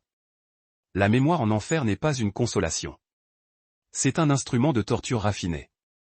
Chaque moment éphémère de plaisir terrestre dont le riche avait joui se moquait maintenant de lui dans son agonie actuelle. Chaque chance de gentillesse qu'il avait violemment rejetée se dressait maintenant pour l'accuser au milieu de ses flammes. Chaque jour passé dans un luxe insouciant pendant que Lazare souffrait le condamnait désormais dans son angoisse. Le riche comprit finalement que sa situation immédiate était désespérément verrouillée. Mais sa réponse suivante révèle quelque chose d'encore plus effrayant concernant l'existence consciente dans le tourment. Luc 16, 27-28 enregistre son plaidoyer désespéré et, fait remarquable, désintéressé, alors il dit, « Je te prie donc, Père, de l'envoyer dans la maison de mon père, car j'ai 5 frères survivants, afin qu'ils les avertissent d'urgence, de peur qu'ils ne viennent aussi dans ce terrible lieu de tourment. » Il ne demandait plus son propre soulagement, car il savait que c'était absolument impossible. Pourtant, il aimait toujours ses frères. Il pouvait encore ressentir une préoccupation sincère pour leur bien-être ultime. Il pouvait encore imaginer qu'il suivait par ignorance le chemin destructeur exact de l'indulgence égoïste qu'il avait mené à ce lieu de tourment ardent. Le riche brûlant en Hadès expérimentait quelque chose de pire qu'une simple douleur physique. Il subissait l'agonie de la détresse émotionnelle, sachant que des personnes qu'il aimait profondément se dirigeaient directement vers le même sort qu'il souffrait. Pensez à l'implication profonde que cela a pour ceux qui sont dans le châtiment éternel. Ils ne perdent pas soudainement leur capacité d'aimer. Ils ne cessent pas de se soucier de la famille et des amis qui restent sur terre. Ils conservent leur pleine capacité à ressentir une douleur émotionnelle accablante en même temps que le tourment physique. Ils peuvent aimer les gens passionnément tout en étant totalement impuissants à les sauver. Ils peuvent se soucier profondément des autres tout en étant totalement incapables de les avertir. Ils peuvent sentir la piqûre de la compassion et pourtant être dans une agonie incapable d'y donner suite. Mais la réponse finale d'Abraham révèle précisément pourquoi même la préoccupation tardive et aimante du riche ne pouvait rien changer. Luc 16, 29-31. Mais Abraham dit, « Ils ont Moïse et les prophètes. Qu'ils les écoutent. » Et il plaida, « Non, Père Abraham, mais si quelqu'un revenait d'entre les morts, il se repentirait certainement. » Il lui répondit, « S'ils n'écoutent pas Moïse et les prophètes, ils ne seront pas convaincus, même si quelqu'un ressuscitait d'entre les morts. » Le riche croyait à tort qu'une preuve surnaturelle puissante convaincrait finalement ses frères de se repentir. Sûrement, si quelqu'un revenait de la tombe elle-même pour les avertir de la réalité de l'enfer, ils croiraient enfin et changeraient radicalement de vie. Mais les mots finaux et écrasants d'Abraham dans ce récit prouvent de manière concluante que le problème n'est pas un manque de preuves ou d'informations. C'est l'endurcissement profond du cœur humain. Les gens qui rejettent volontairement la parole écrite claire de Dieu resteraient non convaincus même s'ils assistaient personnellement à la résurrection d'un mort devant leurs propres yeux. Jésus racontait cette histoire même à des personnes qui allaient bientôt le voir ressusciter des morts. Et pourtant, la majorité d'entre elles ne croiraient toujours pas. Le récit du riche et de Lazare révèle les vérités les plus terrifiantes concernant l'au-delà immédiat. Il est conscient. Il est immédiat. Il est irréversible. Et il inclut la pleine rétention de la mémoire, de l'amour et de la capacité émotionnelle en plus du tourment physique. Les méchants en enfer ne se transforment pas en monstres insensibles qui ne peuvent ressentir que la douleur. Ils restent pleinement humains, possédant des émotions et des préoccupations humaines, ce qui ne fait que rendre leur souffrance consciente bien plus complète et insupportable. Mais cette période en Hadès n'était encore que l'état intermédiaire. Le riche brûlant dans le tourment n'expérimentait qu'un aperçu sinistre du jugement final et décisif. Son tourment dans les flammes, sa soif désespérée et dévorante, ses cris angoissés de miséricorde. Tout cela n'était que la cellule de détention avant que la grande épreuve finale ne soit convoquée. Car un jour vient où chaque âme qui a jamais vécu sera traînée hors de sa prison temporaire pour affronter la cour suprême et ultime qui déterminera son destin éternel et irréversible. Apocalypse 20h11 décrit la scène cosmique qui mettra véritablement fin à l'histoire humaine. Puis je vis un grand trône blanc, et celui qui était assis dessus. La terre et le ciel s'enfuirent de devant sa face, et l'on ne trouva plus de place pour eux. Imaginez ce moment colossal. L'univers entier créé. Chaque chaîne de montagnes, chaque océan tumultueux, chaque étoile, chaque galaxie lointaine s'évanouissant dans la terreur, fuyant vers l'oubli devant la sainteté écrasante de celui qui est assis sur le trône. Toute la création s'enfuit devant la justice du juge qui est sur le point de rendre le verdict définitif sur chaque existence humaine. Jean poursuit dans Apocalypse 20h12. Et je vis les morts, grands et petits, qui se tenaient exposés devant le trône. Et des livres furent ouverts. Puis un autre livre fut ouvert, qui est le livre de vie. Et les morts furent jugés strictement d'après ce qui était écrit dans les livres, selon leurs œuvres. Les morts, grands et petits. Chaque personne qui était morte se tenait maintenant devant ce trône terrifiant. Empereurs et esclaves, rois puissants et pauvres mendiants, les célèbres dans le monde entier et les totalement oubliés. La mort avait été la grande égalisatrice. Mais maintenant, ils se tenaient tous égaux dans leur vulnérabilité totale et nus devant une justice divine inflexible. Le riche du récit de Jésus était là. Lazare était là. Chaque âme était présente. Astérisque des livres furent ouverts. Astérisque considérait l'implication dévastatrice. Dieu avait méticuleusement tenu des registres parfaits, chaque acte accompli, chaque parole prononcée, chaque pensée fugace, chaque motif caché avait été écrit avec une précision parfaite et effrayante. Aucun détail minuscule n'avait été oublié, aucun péché secret n'avait été négligé. Aucune gentillesse cachée n'était passée inaperçue. Ces livres complets contenaient le compte rendu complet, non édité et impartial de chaque vie humaine jamais vécue. Mais alors, un autre livre distinct fut ouvert. Le livre de vie. Ce n'était pas un grand livre de compte des œuvres. C'était une liste spécifique de noms. Les noms de ceux qui avaient été rachetés et appartenaient à Dieu. Les noms de ceux qui avaient placé leur confiance uniquement en Christ pour le salut plutôt que de dépendre de la futilité de leur propre justice. Apocalypse 20h13 révèle d'où provenaient ces âmes assemblées. Et la mer rendit les morts qui étaient en elle. La mort et le séjour des morts, Hadès, rendirent les morts qui étaient en eux, et ils furent jugés, chacun d'eux selon leurs œuvres. La mort et le séjour des morts rendirent les morts. Le riche, qui avait brûlé dans un tourment immédiat, fut finalement libéré de sa prison temporaire, non pas pour la miséricorde, mais pour le jugement final et éternel. Chaque âme qui avait attendu, que ce soit dans la souffrance consciente ou le réconfort conscient, fut amenée devant le trône. Chaque personne fut alors jugée strictement selon ce qu'elle avait fait. Leurs œuvres n'étaient pas examinées pour déterminer le salut, cette question cruciale était déjà irrévocablement tranchée par les noms inscrits dans le livre de vie, mais pour déterminer le degré de leur récompense éternelle ou la sévérité de leur punition éternelle. Les livres révélaient simplement si leurs actions de toute une vie reflétaient une foi vivante et authentique en Christ ou une rébellion persistante et endurcie contre Dieu. Vint ensuite le verdict final et dévastateur qui résonnerait à travers les couloirs infinis de l'éternité. Apocalypse 20h15 rapporte la sentence terrifiante. Et si le nom de quelqu'un n'était pas trouvé écrit dans le livre de vie, il était jeté dans l'étang de feu. Non trouvé écrit dans le livre de vie. Lisez ces mots attentivement et absorbez leur finalité absolue. Ce verdict n'était pas basé sur une évaluation subjective. Il ne s'agissait pas de savoir si quelqu'un était moralement assez bon ou s'il avait accumulé une quantité suffisante d'actes justes. Il s'agissait uniquement de savoir si son nom avait été inscrit dans le registre souverain de Dieu. Et si ce nom était manifestement absent, il ne restait qu'une seule destination inéluctable, l'étang de feu, dévorant et éternel. Apocalypse 21h08 décrit de manière saisissante le caractère de ceux qui seraient jetés dans cette mer horrible de jugement. Mais quant aux lâches, aux incrédules, aux abominables, aux meurtriers, aux impudiques, aux sorciers, aux idolâtres, et à tous les menteurs, leur part sera dans l'étang ardent de feu et de soufre, ce qui est la seconde mort. La seconde mort. Marquez une pause et saisissez la terreur pure encapsulée dans cette phrase. La première mort était la séparation du corps et de l'âme, le moment où leur forme physique cessait de fonctionner et où leurs esprits conscients descendaient en Hadès, le monde souterrain temporaire.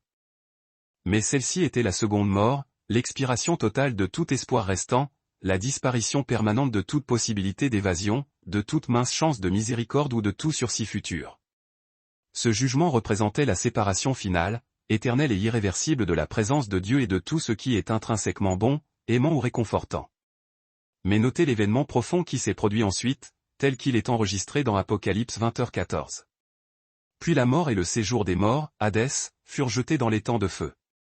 C'est la seconde mort, l'étang de feu. La mort elle-même, la terreur initiale de l'existence humaine, fut finalement et complètement détruite. Hadès, ce lieu de détention provisoire, la prison temporaire même où le riche endurait déjà une agonie consciente, fut saisi et jeté dans l'étang de feu. L'état intermédiaire de châtiment conscient prenait fin, non pas parce que la souffrance était atténuée ou achevée, mais parce qu'elle était remplacée par une réalité infiniment et profondément pire. Imaginez ce que ce moment signifiait spécifiquement pour le riche. Il avait déjà souffert dans les flammes d'Hadès pendant des millénaires. Pleinement conscient, pleinement tourmenté, rejouant sa vie négligente sur terre, agonisant pour ses frères, et ressentant la douleur insupportable de la soif et de la brûlure. Mais maintenant, il était transféré d'Hadès, le confinement temporaire, à l'étang de feu, le pénitencier éternel. Matthieu 25, 41 rapporte l'horrible décret que Jésus lui-même prononcerait lors de ce jugement final et définitif. Alors il dira aussi à ceux qui seront à sa gauche, « Retirez-vous de moi, maudits, dans le feu éternel qui a été préparé pour le diable et pour ses anges. » Le même Jésus d'où qui avait raconté la tendre parabole du riche et de Lazare se tenait maintenant comme le juge ultime, prononçant la sentence finale et non négociable. Cette sentence était un bannissement total dans le feu éternel. Le riche qui avait autrefois imploré désespérément une seule goutte d'eau en Hadès allait maintenant brûler dans un feu dévorant qui faisait paraître son tourment antérieur, par comparaison, comme un bref moment de soulagement béni. Le feu terrifiant qui avait été établi à l'origine pour Satan et sa cohorte démoniaque serait désormais partagé par chaque être humain dont le nom n'était pas inscrit dans le livre de vie. Matthieu 25, 46 enregistre les paroles de conclusion de Jésus concernant ce jugement. Des mots qui définissent l'éternité, et ceux-ci iront au châtiment éternel, mais les justes à la vie éternelle. Châtiment éternel. Le même mot grec traduit par éternel, qui décrit la vie sans fin et incessante dont jouissent les justes au ciel, décrit également le châtiment sans fin et incessant souffert par les méchants. Si la joie des rachetés dure pour toujours, le tourment des damnés doit aussi durer pour toujours. Si le ciel n'a pas de date de fin, l'enfer non plus. Mais voici une vérité qui rend ce jugement final bien plus terrifiant que toute réalité précédente. Apocalypse 21, 1-4 décrit ce qui se passe immédiatement après que l'étang de feu reçoit ses victimes et que l'univers est purifié. Puis je vis un nouveau ciel et une nouvelle terre, car le premier ciel et la première terre avaient disparu, et la mer n'existait plus. Et je vis la ville sainte, la nouvelle Jérusalem, descendant du ciel, d'auprès de Dieu, préparée comme une épouse parée pour son mari. Et j'entendis une forte voix venant du trône, qui disait, « Voici le tabernacle de Dieu avec les hommes. Il habitera avec eux, et ils seront son peuple, et Dieu lui-même sera avec eux comme leur Dieu. Il essuiera toute larme de leurs yeux. La mort ne sera plus. Il n'y aura plus ni deuil, ni cri, ni douleur, car les premières choses ont disparu. Un nouveau ciel et une nouvelle terre, un royaume de perfection où la mort est abolie. Le deuil est oublié, les pleurs sont réduits au silence, et la douleur a disparu, remplacée par une joie parfaite, une paix sans faille et une communion sans entrave avec Dieu pour toute l'éternité. Mais cette nouvelle création magnifique n'inclut pas tout le monde. Ceux dont les noms ont été omis du livre de vie sont entièrement exclus de ce nouveau monde. Ils brûlent consciemment dans les temps de feu, totalement coupés de la joie, de la paix et de la présence bénie de Dieu, endurant une agonie consciente, tandis que les rachetés expérimentent un bonheur perpétuel et sans limite. Le jugement du grand trône blanc a clairement montré qu'il n'y a que deux destinations éternelles finales. Il n'y a pas de terrain d'entente, pas d'opportunité pour des deuxièmes chances, et aucune possibilité d'échapper au verdict dévastateur rendu par le juge. Les noms trouvés dans le livre de vie signifient la vie éternelle. Les noms absents du livre signifient l'étang de feu. Cet étang de feu, la destination ultime révélée lors du jugement final, n'était pas une nouvelle création. Il était établi et brûlé bien avant que le décompte final n'ait lieu. Apocalypse 19h20 décrit les premiers habitants qui furent précipités dans cette fournaise éternelle. Et la bête fut prise, et avec elle le faux prophète, qui en sa présence avait fait les signes par lesquels il avait trompé ceux qui avaient reçu la marque de la bête et ceux qui adoraient son image. Ces deux furent jetés vifs dans l'étang de feu ardent de soufre. Jetés vifs dans l'étang de feu ardent de soufre. Considérez les implications. Avant même que toute âme humaine ne fasse face au jugement final, avant que le grand trône blanc ne soit érigé, la bête et le faux prophète brûlaient déjà dans une conflagration continue mélangée à du soufre. Le même composé chimique qui fut utilisé pour sceller la destruction catastrophique de Sodome et Gomorrhe, brûlant maintenant éternellement dans une mer de feu liquide. Mais ils ne furent pas seuls longtemps. Apocalypse 20h10 rapporte le sort de leur maître. Et le diable, qui les avait trompés, fut jeté dans l'étang de feu et de soufre, où sont la bête et le faux prophète. Et ils seront tourmentés jour et nuit, au siècle des siècles. Ils seront tourmentés jour et nuit, au siècle des siècles. Relisez ces mots en vous concentrant sur l'indication temporelle. Jour et nuit sans pause, sans repos, sans le moindre soulagement, sans fin. Au siècle des siècles. L'expression la plus forte possible de la durée éternelle trouvée dans la langue grecque. Ce n'était pas une souffrance symbolique. Ce n'était pas un châtiment métaphorique.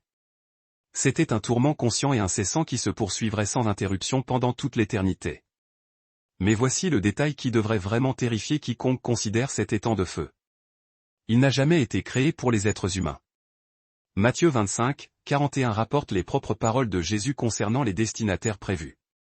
Alors il dira aussi à ceux qui seront à sa gauche, « Retirez-vous de moi, maudits, dans le feu éternel préparé pour le diable et pour ses anges. » Préparé pour le diable et pour ses anges. L'étang de feu a été spécifiquement conçu comme la prison éternelle pour les êtres spirituels, les anges qui avaient autrefois connu la gloire indicible de Dieu, mais qui ont choisi la rébellion volontaire. Il était destiné exclusivement à Satan et aux démons qu'il avait suivis dans sa révolte contre le trône du ciel. Les êtres humains n'étaient jamais censés y finir. Cependant, lorsque les gens font le choix tragique de rejeter le Christ et de suivre à la place le chemin de rébellion de Satan contre l'autorité divine, ils héritent de la destination même préparée pour leur père spirituel choisi. Ils deviennent des partenaires conjoints des démons dans le châtiment éternel. Imaginez la sombre réalité pour ceux dont les noms étaient absents du livre de vie. Ils sont précipités dans l'identique étang de feu où Satan lui-même brûle. Ils partagent les mêmes flammes terrifiantes qui tourmentent la bête et le faux prophète. Ils sont soumis à ce même soufre corrosif, cette substance qui brûle jour et nuit sans jamais accorder à ses victimes la bénédiction de la consomption. Ces humains, qui ont choisi de servir Satan durant leur existence terrestre, deviennent désormais ses compagnons d'éternité dans cette cellule d'isolement cosmique. Le lac de feu est alimenté par le soufre, et ce détail descriptif n'est en rien fortuit. Lorsque Dieu anéantit Sodome et Gomorrhe, la Genèse, 19h24, relate que l'Éternel fit pleuvoir sur ces cités maudites, du soufre et du feu venant de l'Éternel, du haut du ciel. Le soufre déchaîné lors de cet événement produisit une odeur qui aurait été absolument insoutenable, une puanteur de pourri magnifiée bien au-delà de toute endurance humaine. Mais dans le lac de feu, cette seule odeur ne sera qu'un infime désagrément parmi les tourments, comparé aux flammes surchauffées qui carbonisent la chair sans jamais offrir la miséricorde de la mort. L'Apocalypse, 14, 10-11, dépeint le destin éprouvant de ceux qui ont adoré la bête. Lui aussi boira du vin de la fureur de Dieu, versé sans mélange dans la coupe de sa colère, et il sera tourmenté par le feu et le soufre, devant les saints anges et devant l'agneau.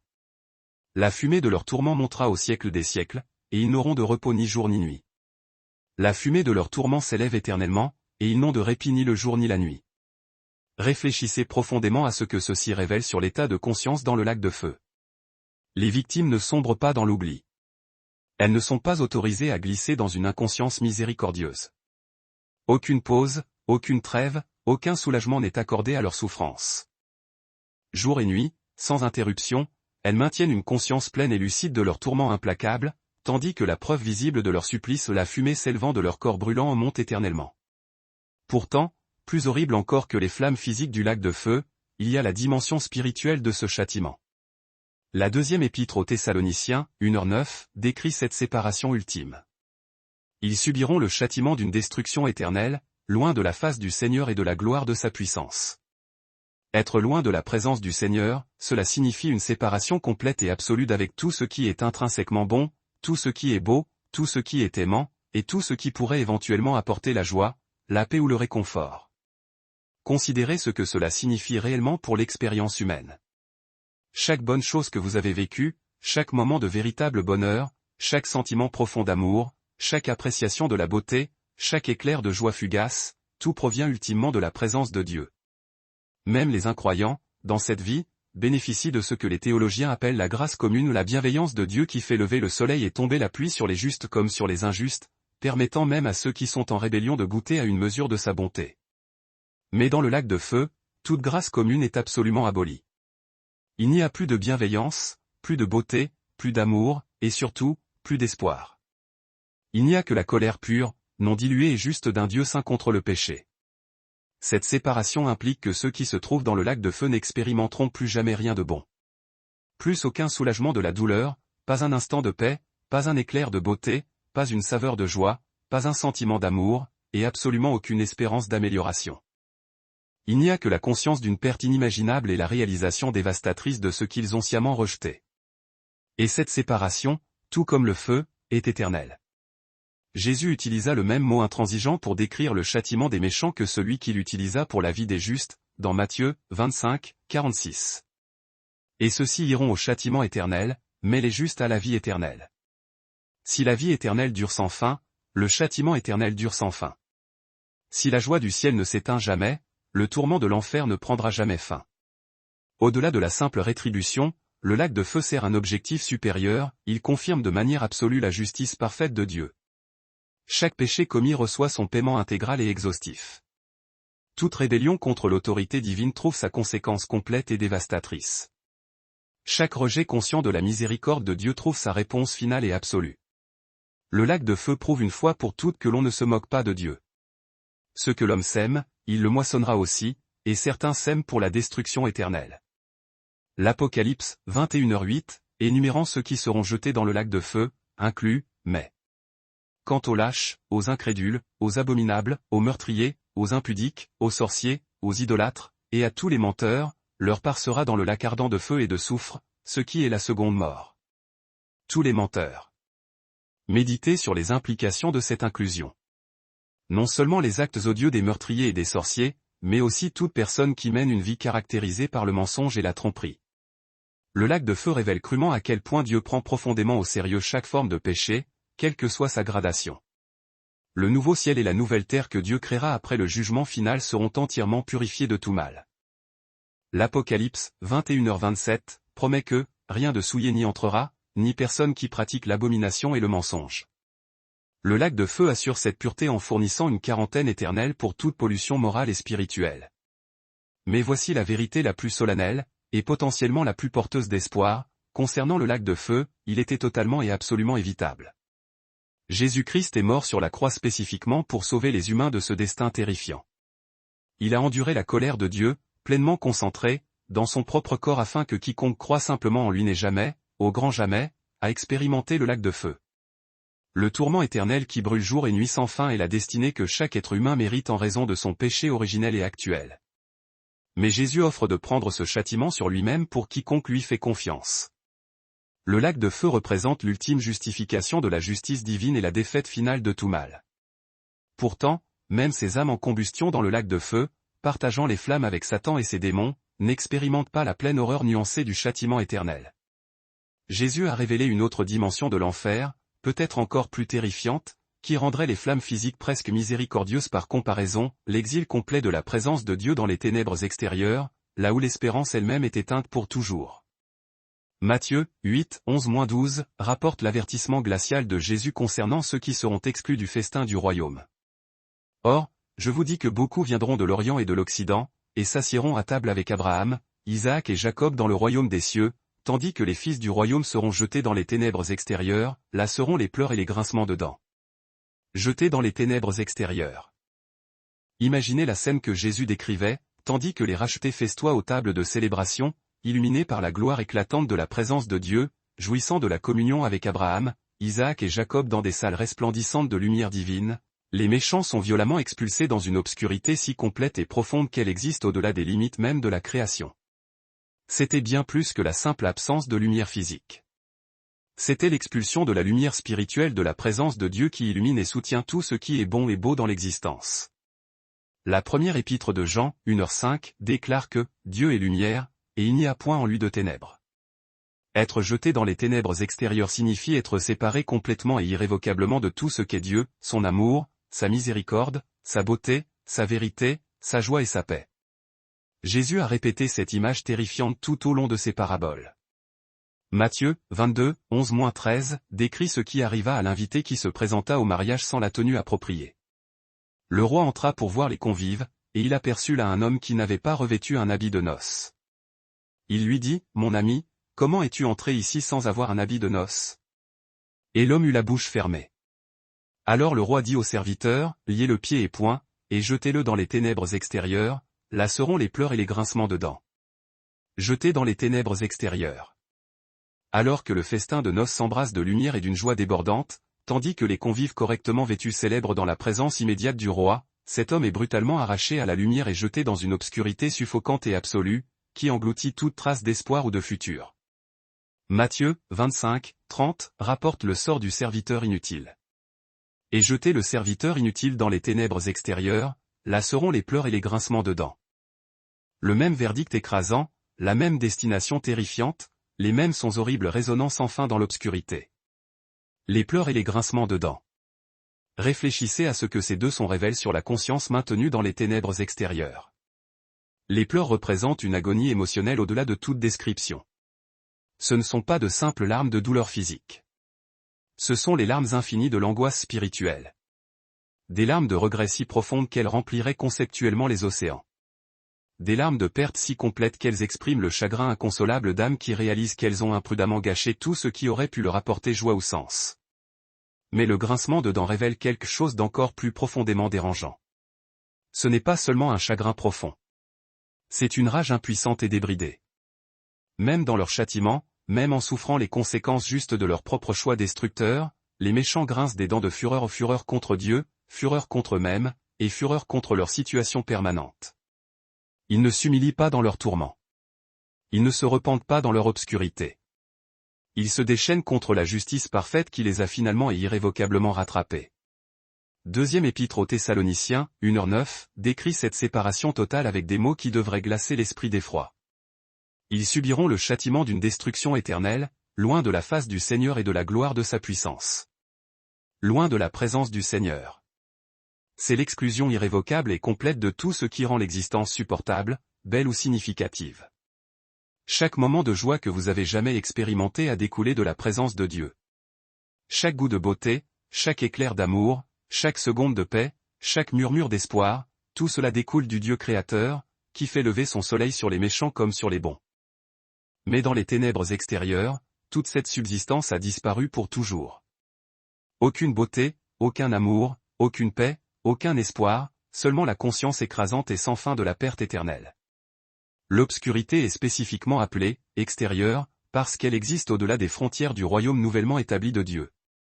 Tandis que le nouveau ciel et la nouvelle terre s'embrassent de sa gloire, tandis que la nouvelle Jérusalem brille d'une lumière si intense qu'elle n'a pas besoin de soleil, car Dieu lui-même en est la lampe, les méchants sont jetés dehors dans une noirceur qui n'a pas de frontières car elle n'a pas de fin. Mais Jésus a révélé un autre aspect horrifiant de ces ténèbres extérieures. Matthieu, 24h51, décrit le sort du serviteur hypocrite.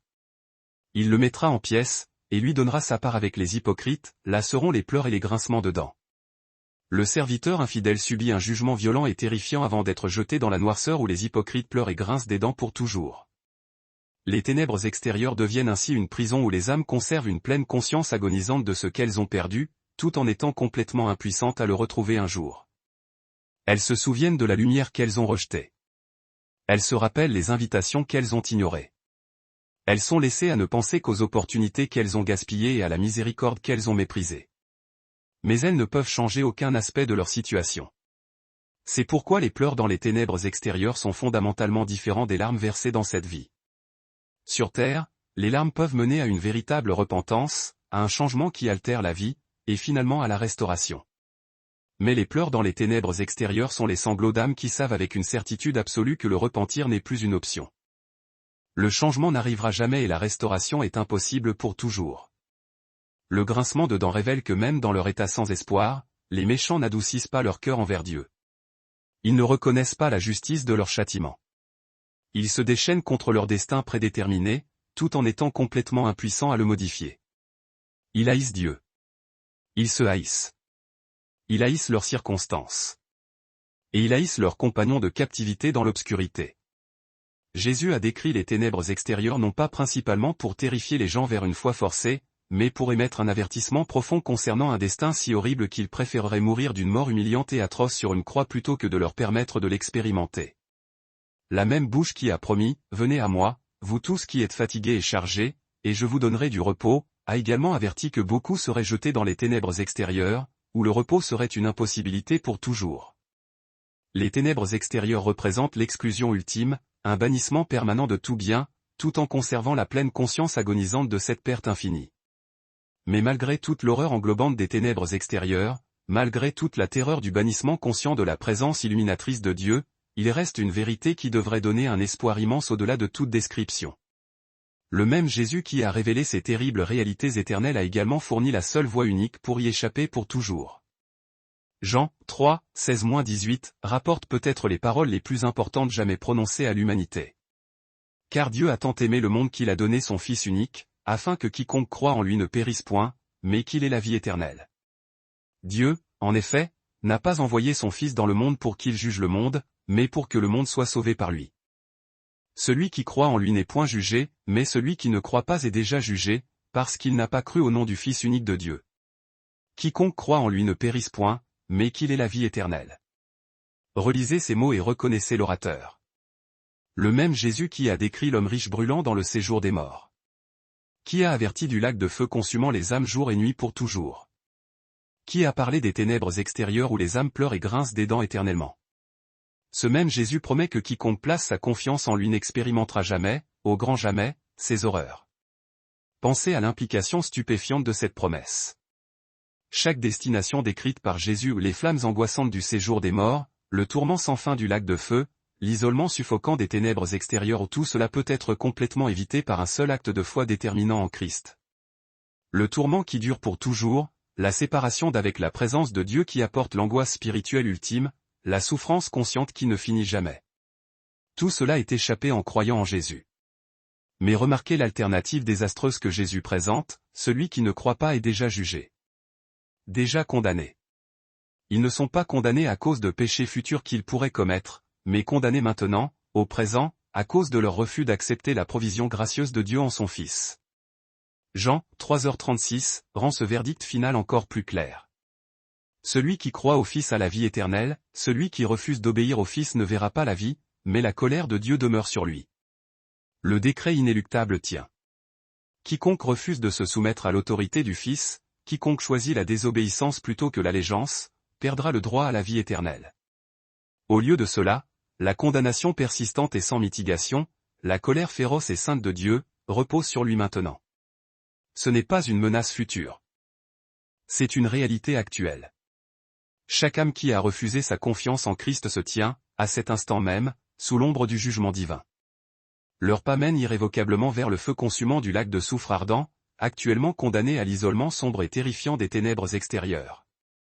Leur situation exige une intervention immédiate, et leur seule bouée de sauvetage est une foi instantanée et inébranlable en Jésus-Christ. Comprenez ceci, Jésus n'a pas dévoilé les réalités horribles de l'enfer simplement pour paralyser l'humanité par la peur. Il a révélé son existence comme une mesure désespérée pour nous obliger au salut. Il cherchait à nous sauver de la terreur, et non à nous y plonger.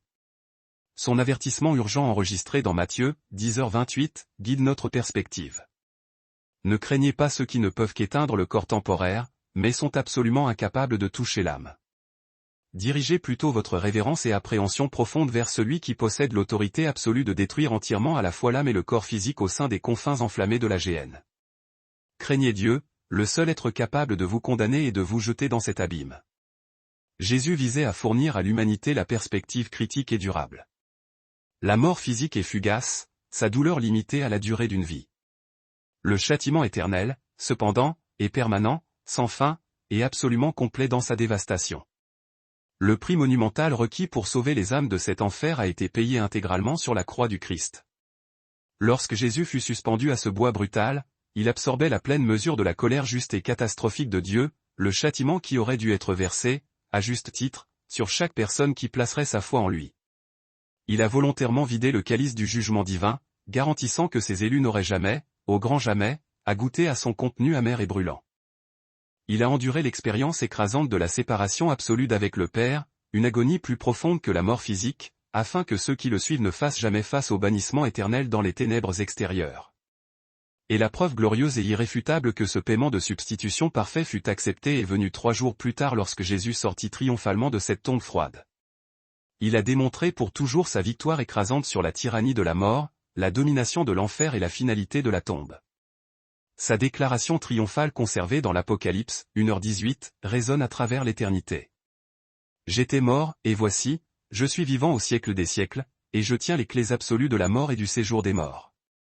Il a brisé de manière décisive les portes du royaume où les âmes captives étaient emprisonnées. Il a brisé le pouvoir intrinsèque écrasant de la mort elle-même. Jean, 5h24, promet la transformation radicale qui se produit à l'instant même où une âme croit véritablement. En vérité, je vous le dis, celui qui écoute ma parole et qui croit à celui qui m'a envoyé, a la vie éternelle et ne vient point en jugement, mais il est déjà passé de la mort à la vie. Passé de la mort à la vie. À l'instant où la croyance prend racine, vous êtes instantanément transféré du royaume suffocant des ténèbres spirituelles au royaume radiant de la lumière de Dieu. Votre nom est immédiatement gravé dans le livre sacré de la vie. Votre destination ultime bascule violemment du lac de feu inévitable à la communion éternelle et ininterrompue avec votre Créateur. Pourtant, cette offre profonde et miséricordieuse n'a pas de date d'expiration indéfinie. Jésus a constamment et urgemment averti ses disciples de la nécessité d'une repentance rapide. Son appel enregistré dans Matthieu 7, 13-14, reste un mandat spirituel déterminant. Entrez par la porte étroite. Car spacieuse est la porte, large est le chemin qui mène à la destruction, et nombreux sont ceux qui y entrent. Mais étroite est la porte, resserré est le chemin qui mène à la vraie vie, et il y a peu de gens qui le trouvent et le traversent. Jésus a observé que la grande majorité de l'humanité choisit la voie de la moindre résistance, la route facile qui culmine dans la dévastation. Il rejette nonchalamment la porte étroite et sacrificielle de la foi en Christ, préférant emprunter l'avenue large et confortable qui se termine inévitablement dans le lac de feu. Mais écoutez cette vérité essentielle. La porte étroite vers la vie éternelle reste temporairement entrebâillée. Le chemin exigeant et difficile est toujours pleinement accessible. Toute personne, en cet instant, peut choisir de se retourner et d'entrer. Luc 19, 41-42, offre un aperçu poignant du cœur même de Jésus alors qu'il contemplait Jérusalem. Comme il approchait, en voyant la ville magnifique, son âme fut émue jusqu'aux larmes. Il pleura sur elle, et dit, « Oh! Si toi aussi, au moins en ce jour qui t'est donné, tu avais connu les choses qui appartiennent à ta paix. Mais maintenant, hélas, elles sont cachées, obscurcies à tes yeux. » Jésus pleurait non par colère, mais par une profonde douleur parce que son peuple rejetait activement la paix véritable et durable qu'il leur offrait. Il versait des larmes parce qu'il choisissait délibérément la destruction terminale plutôt que le salut divin. Ce même cœur qui se brisa sur la ville condamnée de Jérusalem pleure aujourd'hui sur chaque âme qui rejette ses propositions de grâce. Il ne prend absolument aucun plaisir dans la mort spirituelle finale des méchants. Il désire désespérément que personne ne périsse. À jamais plongé dans l'abîme dévorant du lac de feu. Cependant, sa nature même lui interdit de transgresser la dignité sacrée de la volonté humaine, de violer le libre arbitre accordé à l'homme, en imposant une foi par la force. Il offre le don inestimable, la grâce sans pareille de la vie éternelle, de manière totalement libre et sans condition préalable. Mais la décision finale, ce choix existentiel et suprême qui détermine l'intégralité de notre destinée, d'accepter ou de refuser cette proposition d'une valeur infinie, repose exclusivement et entièrement sur l'individu. L'Évangile selon Matthieu, au chapitre 11, versets 28 à 30, a immortalisé l'enregistrement de son invitation définitive, inébranlable et d'une suprême bienveillance. Venez à moi, vous tous qui peinez sous le fardeau écrasant de l'existence, vous qui êtes accablés par le poids insoutenable des erreurs et des angoisses de la vie, et je vous accorderai personnellement le repos profond que vous cherchez. Prenez mon joug, un joug doux et léger, sur vos épaules et acceptez d'apprendre de moi, car mon être est empreint de douceur et d'une humilité sincère, et, soyez-en certains, vous trouverez un repos durable et authentique pour vos âmes exténuées. Car le joug que je vous propose est conçu pour être facile à porter, et le fardeau que j'impose est véritablement léger. Venez à moi. C'est là que réside l'alternative vivante et grandiose à la stérilité désolante des ténèbres extérieures. C'est le chemin de fuite immédiat, garanti, loin de l'ardeur calcinante et de la fournaise du lac de feu. C'est l'unique voie pour échapper aux pleurs et aux grincements de dents éternels, pour toujours. Jésus-Christ offre un repos authentique et régénérateur aux âmes épuisées par le cycle incessant et destructeur du péché. Il apporte une paix inébranlable au cœur tourmenté par le poids accablant d'une culpabilité invalidante, et une vie spirituelle réelle aux esprits qui étaient morts dans la rébellion obstinée et la séparation d'avec leur Créateur. Le choix qui s'impose est d'une clarté brutale et absolument binaire. Croire en Christ, c'est recevoir sur le champ l'assurance de la vie éternelle, ou bien s'enliser opiniâtrement dans l'incrédulité, se retrancher dans le doute, et faire face à la pleine et terrible réalité du châtiment conscient et sans fin. Il faut déposer toute notre confiance et notre dépendance totale dans son parfait sacrifice propitiatoire pour nos péchés et voir notre nom gravé, de manière indélébile et permanente, dans le livre de vie. L'alternative, c'est de s'appuyer sottement sur les guenilles usées de notre propre justice personnelle, sur les vêtements souillés de nos efforts, et d'être ainsi condamné au lac de feu. L'enfer n'est pas une simple métaphore poétique ou une fable théologique. C'est une réalité concrète, absolument terrifiante. L'enfer n'est pas l'anéantissement ou l'oubli total. C'est une souffrance consciente, atroce et agonisante. L'enfer n'est pas temporaire. Il est éternel, sans échappatoire ni fin. Mais, et c'est le point central de cette révélation, l'enfer est également complètement et totalement évitable pour chaque âme qui acceptera de se détourner de ses propres voies, de se repentir, et de placer une confiance inébranlable en Jésus-Christ comme son Seigneur et Sauveur personnel. Si cette révélation percutante concernant la réalité éternelle de l'enfer a secoué votre être jusqu'à la moelle, nous vous invitons instamment à témoigner de votre engagement envers ce message en cliquant sur le bouton « J'aime » et en vous abonnant pour poursuivre l'exploration de ces vérités bibliques fondamentales et profondes. Ne tardez pas. Il n'y a plus de temps à perdre. Cliquez immédiatement sur la prochaine vidéo. Votre destinée éternelle dépend d'une compréhension limpide et d'une prise de position face à ces réalités ultimes. Que Dieu vous bénisse abondamment. Musique, musique, musique, musique, musique, musique, musique, musique, musique, musique, musique, musique, musique, musique.